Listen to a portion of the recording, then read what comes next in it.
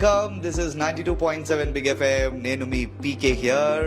ఈరోజు ఒక చాలా ఇంపార్టెంట్ టాపిక్ గురించి మాట్లాడడానికి పీకే గడు ఖాజాగూడలో ఉన్న డాక్టర్ మానస మైనపల్లి మేడం క్లినిక్ వచ్చారు. Doctor Manasa Mainapalli madam popular endocrinologist and diabetologist. Diabetes అంటే ఏంటి, అసలు డయాబెటీస్లో ఏం రకాలు ఉంటాయి, డయాబెటీస్లో వచ్చే ప్రాబ్లమ్స్ని ఎలా ఫేస్ చేయాలి, వీటన్నిటి గురించి మనకి ఎక్స్పర్ట్ అయిన డాక్టర్ మానస మైనపల్లి గారు చెప్తారు. First thing first, thank you so much for your time madam. Thank you so much madam. మాకు డయాబెటీస్ గురించి రఫ్గా చెప్పండి, అసలు ఏంటి డయాబెటీస్? సో డయాబెటీస్ అంటే తెలుగులో మధుమేహం అంటారండి. So it is nothing but మన ఒంట్లో మన చక్కెర స్థాయి అంటే షుగర్ లెవెల్స్ అన్నది ఒక లిమిట్ దాటితే దాన్ని షుగర్ అంటారు ఆర్ డయాబెటీస్. సో ఇది మనకి ఎందుకు ఇంపార్టెంట్ అంటే మన చక్కెర స్థాయి అన్నది మన బాడీలో ఒక లెవెల్లోనే మెయింటైన్ అవ్వాలి. Because once it crosses a certain level it does harm to other organs అనమాట. అంటే మన ఒంట్లో ఉన్న అవయవాల మీద అంటే కన్ను, నరం, గుండె వాటన్నిటి మీద ఎఫెక్ట్ అన్నది ఎక్కువగా చూపిస్తుంది.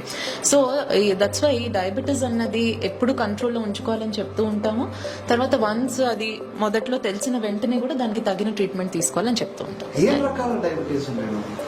సో డయాబెటీస్ లో చాలా రకాలు ఉంటాయండి. బట్ సాధారణంగా అందరికీ తెలిసింది ఏంటంటే దాంట్లో రెండు రకాలు. వన్ ఇస్ టైప్ 1 డయాబెటీస్ అంటారు. The second one is called type 2 diabetes. So type 1 diabetes ఏంటంటే మామూలుగా చిన్న పిల్లల్లో అంటే చిన్న పిల్లల్లో కానీ లేదంటే యుక్త వయసులో ఉన్నప్పుడు అంటే some youngsters adolescent age group అంత వాళ్ళ వరకు వాళ్ళకు వస్తుంది. సో దానికి మెయిన్ రీజన్ ఏంటంటే మన ఒంట్లో ప్యాంక్రియాస్ అన్న ఒక అవయవం ఉంటుంది. సో దాని నుంచి ఇన్సులిన్ అన్నది సరిగా ఉత్పత్తి అవ్వదు. So insulin is not secreted well. So దాని మూలాన ఏంటంటే చిన్నతనంలోనే షుగర్ అనేది వచ్చేస్తుంది. But type 2 diabetes the second one ఏంటంటే it comes in an adult. అంటే మేబీ ఇప్పుడు ప్రస్తుతం అది 20 ఏళ్ళకి కూడా వస్తుంది. యా, బట్ ప్రీవియస్ గా ఏంటంటే ఒక 20-30 ఇయర్స్ దాటిన తర్వాత వస్తుంది. దానికి ఇన్సులిన్ ఉన్నా కూడా మన ఒంట్లో అది పనిచేయదు అనమాట. సో దాన్ని ఇన్సులిన్ రెసిస్టెన్స్ అంటారు. సో అది రెండో రకమైన డయాబెటీస్. ఇవి కాకుండా వేరే రకరకాలు ఉంటాయండి. లాడా అని అంటే latent autoimmune diabetes in adult, Modi అని రకరకాలు ఉంటాయి. బట్ మనకు తెలియాల్సిందంటే క్లుప్తంగా అయితే రెండింటి గురించి అయితే తెలియాలి. డయాబెటీస్ ఉంటుంది లేదు అన్నది ఏంటంటే లక్షణాలు బట్టి ఉంటాయి. సో సాధారణంగా మనం గమనించే లక్షణాలు ఏంటంటే మనకి కొంచెం వెయిట్ లాస్ అనేది అవుతూ ఉంటుంది.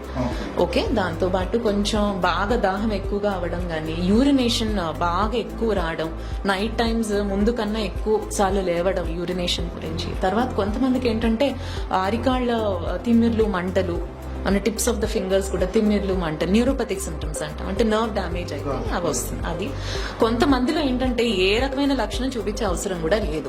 అంటే అర్లీ డయాబెటీస్ అంటే షుగర్ వచ్చిన కొత్తల్లోనే పెద్ద ఎక్కువ షుగర్ లెవెల్స్ లేవు. అలాంటి వాళ్ళకి ఏ రకమైన సిమ్టమ్స్ రాకపోవచ్చు. సో రొటీన్ ఇవాల్యుయేషన్ లోనే తెలుస్తుంది. రొటీన్లీ ఏంటంటే ఒక జనరల్ గా రికమెండేషన్ ఏడీఏ గైడ్ లైన్స్ ప్రకారం ఏంటంటే any adult who crosses 30 years of age, 30 ఏళ్లు దాటిన వాళ్ళు ప్రతి వాళ్ళు కూడా as a screening test sugar test అనేది చేయించుకోవాలి. ఎందుకంటే ఇలా బ్లడ్ టెస్ట్ లో తెలిసే అవకాశం కూడా ఉంది. సో అప్పుడు మామూలుగా మనం చేసేది ఏంటంటే పరగడుపున షుగర్ ఎంత ఉంది అని చూస్తాము. తిన్న తర్వాత 1.5 to 2 hours ఆఫ్టర్ ఫుడ్ అదొకటి. తర్వాత HbA1c అని చేస్తాం. HbA1c ఏంటంటే గ్లైకేటెడ్ హెమోగ్లోబిన్, అంటే దాంట్లో 3 months యావరేజ్ షుగర్ చూపిస్తుంది. సో ఈ 3 టెస్ట్లు కలిపి మేము షుగర్ ఉందా లేదా అని తెలుస్తాం. అండ్ కొంతమందికి ఏంటంటే డైరెక్ట్ యూరిన్ ఇన్ఫెక్షన్ తో ప్రెసెంట్ అవుతారు. షుగర్ ఉన్న వాళ్ళు అంటే చెకప్ లో కాకుండా కూడా యూరిన్ ఇన్ఫెక్షన్స్ లో వస్తే ఆడవాళ్లలో ఏంటంటే ఎక్సెసివ్ వైట్ డిశ్చార్జ్ అవ్వడం. So all this so direct గా ఇన్ఫెక్షన్ రూపంలో తెలియచ్చు. కొంతమందికి ఏమన్నా వూండ్స్, అల్సర్స్ అయినా కూడా అవి హీల్ అవ్వన్నమాట, దాంతో కూడా తెలియచ్చు. ఎస్ అంటే స్ట్రెస్ రిలేటెడ్ స్ట్రెస్ రిలేటెడ్ హైపర్గ్లైసిమియా అంటాం. అంటే స్ట్రెస్ తో షుగర్ లెవెల్స్ అయితే పెరుగుతాయి. డయాబెటీస్ పర్సే రావడం అన్నది చాలా తక్కువ chances.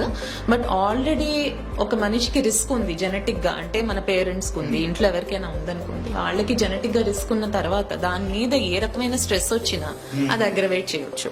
So that's how we see in pregnancy కదా. ప్రెగ్నెన్సీ ఉన్న వాళ్ళకి జెనెటిక్ గా రిస్క్ ఉన్న వాళ్ళకి వచ్చేస్తుంది షుగర్ ఆర్ సమ్ ఇన్ఫెక్షన్. మీరు రీసెంట్ గా తీసుకుంటే కోవిడే ఒక stress.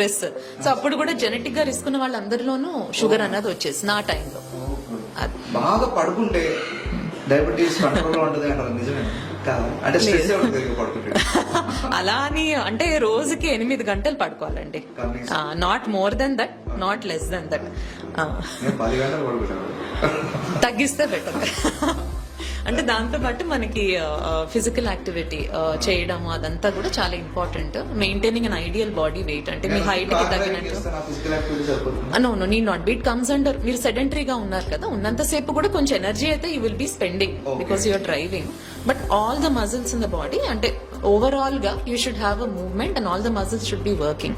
So that's how brisk walking, cycling అవన్నీ అడ్వైస్ చేస్తాం అన్నమాట. మేడం ఒక పాయింట్ చెప్పండి, ఇప్పుడు ఎవరికైనా డయాబెటీస్ వచ్చింది పాపం, అది పూర్తిగా పోయే టెక్నిక్ ఉన్నాయా? ఉన్నాయండి. సో ఇప్పుడు యంగ్ ఏజ్ లోనే వస్తుంది కదా, సో యంగ్ ఏజ్ లో ఎవరైనా ఇమీడియట్ గా ఫస్ట్ బ్లడ్ టెస్ట్ చేయించిన అప్పుడప్పుడే షుగర్ తేలింది అనుకోండి, so once you start a good life style modification, అంటే మన జీవన శైలిని మార్చుకుంటే అలా యంగ్ ఏజ్ లో ఉన్న వాళ్ళు పెద్ద ఎక్కువ షుగర్ లేకుండా అర్లీ స్టేజ్ లో ఉన్న వాళ్ళలో only with life style modification reverse అయ్యే ఛాన్సెస్ ఉంటాయి. మేడం లేడీస్ జెంట్స్ కి డయాబెటీస్ ఈక్వల్ గా ట్రిగర్ అవుతుందా? లేడీస్ ఎక్కువ ట్రిగర్ అవుతుందా? నో నథింగ్ లైక్ దట్ అండి, బోత్ ఆర్ ఈక్వల్ గానే వస్తుంది. బట్ లేడీస్ లో ఏంటంటే they go through lot of stress, అంటే ప్రెగ్నెన్సీస్ వస్తాయి వాళ్ళకి, ఎవ్రీ మంత్ పీరియడ్స్ మెన్సెస్ అన్నది ఉంటుంది, తర్వాత వాళ్ళకి మెనోపాజ్ కూడా ఉంటుంది కదా, ఆగిపోవడం. సో ఇలా డిఫరెంట్ ఫేజెస్ లో హార్మోనల్ ఫ్లక్చుయేషన్స్ వల్ల షుగర్ ఫ్లక్చుయేషన్స్ వస్తాయి. So generally they are at high risk కొంచెం షుగర్ రావడానికి. షుగర్ వల్ల కాంప్లికేషన్స్ కూడా వాళ్ళలో ఎక్కువ అనమాట కొంతమంది. అదనమాట, తెలుసుకున్నారు కదా డయాబెటీస్ గురించి నీట్ గా మేడం ఎక్స్ప్లెయిన్ చేశారు. మేడం ఎంత ఫ్రీక్వెంట్ గా టెస్ట్ చేసుకోవాలి మనం డయాబెటీస్ ఉందో లేదో తెలుసుకోవడానికి? సో ఎవ్రీ ఇయర్ అయితే స్క్రీన్ చేసుకోవాలండి, as a part of guide lines ప్రకారం ఎవ్రీ ఇయర్ మనం స్క్రీన్ చేసుకుంటే మంచిది. ఎవ్రీ ఇయర్ స్క్రీన్ చేసుకోవాలి అండ్ స్ట్రెస్ తీసుకోకుండా ఎక్కువ మంచి పడుకోవాలి అండ్ జాగ్రత్తగా ఉండండి. ఇంకా అదొకటే చేయగలుగుతాం డయాబెటీస్ రాకుండా ఉండడానికి. And at the same time చాలా ఇంపార్టెంట్ పాయింట్ మేడం చెప్పారు, ఎర్లీ ఏజ్ లో డయాబెటీస్ వచ్చి డిటెక్ట్ అయితే అది క్యూర్ అయ్యే ఛాన్సెస్ కూడా ఉన్నాయట. So don't worry, but better prevention is better than cure అంటారు కదా, జాగ్రత్త పడాలన్నమాట. సరే.